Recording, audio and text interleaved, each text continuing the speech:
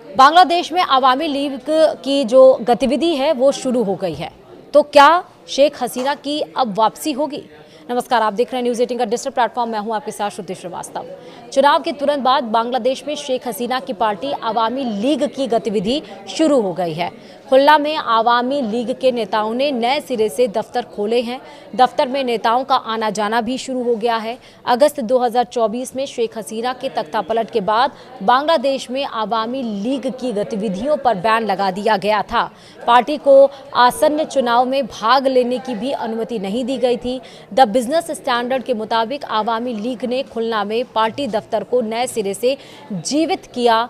इस दफ्तर को जुलाई विद्रोह के दरमियान जला दिया गया था। खुलना को एक वक्त में अवामी लीग का गढ़ माना जाता था। खुलना सदर एएल के संगठनात्मक सचिव फैजुल हक रुबेल के मुताबिक बांग्लादेश में अवामी लीग की गतिविधियां फिर से शुरू हो गई हैं। हम लोगों ने दफ्तर खोल लिया है, लोग अब यहां आएंगे और जाएंगे, कार्यक्रम भी किया जाएगा, कहीं कोई दिक्कत नहीं है। हालांकि आधिकारिक तौर पर पार्टी की गतिविधियों पर से प्रतिबंध नहीं हटाया गया है। रिपोर्ट के मुताबिक पार्टी दफ्तर को नए सिरे से शुरू करने के मौके पर एक समारोह को भी आयोजन किया गया है। साथ ही कार्यकर्ताओं ने दफ्तर में शेख मुजिबुर रहमान और शेख हसीना की तस्वीरें भी लगाई हैं। द गार्डियन ने इस महीने की शुरुआत में अवामी लीग को लेकर एक रिपोर्ट की थी।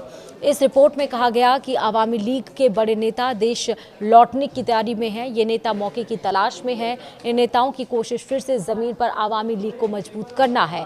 शेख हसीना वर्तमान में नई दिल्ली में रह रही हैं। हसीना की वापसी फिलहाल हो पाएगी या नहीं, इसके बारे में पार्टी की तरफ से कुछ नहीं कहा गया है।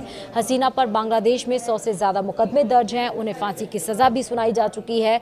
तारिक रहमान की तरह ही उनके मुकदमे अगर वापस लिए जाते हैं तो अवामी लीग की मुखिया बांग्लादेश में वापसी कर सकती हैं। तारिक ने अवामी लीग को लेकर अभी तक अपना कोई स्टैंडर्ड तय नहीं किया है। हालांकि उनकी पार्टी के कुछ नेता अवामी लीग पर से बैन हटाने के पक्षधर हैं। इनमें पार्टी महासचिव मिर्जा फखरुल इस्लाम आलमगीर का नाम सबसे प्रमुख है। लेकिन जो गतिविधियां सामने आ रही हैं उससे जरूर यह अंदाजा लगाया जा रहा है कि बांग्लादेश में फिर से शेख हसीना की वापसी हो सकती है। हालांकि ये बोला गया है कि प्रत्यर्पण को लेकर कि अब जब इस पे बात हुई बांग्लादेश में, जब बीएनपी की जीत दर्ज हुई, क्योंकि फांसी की सज़ा के बाद से हमेशा से बांग्लादेश ये मांग रहा है शेख हसीना को कि भारत से शेख हसीना की वापसी हो, लेकिन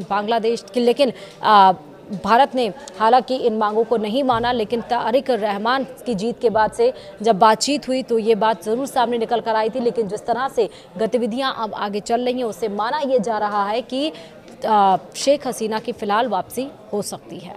वीडियो में इतना ही। नमस्कार।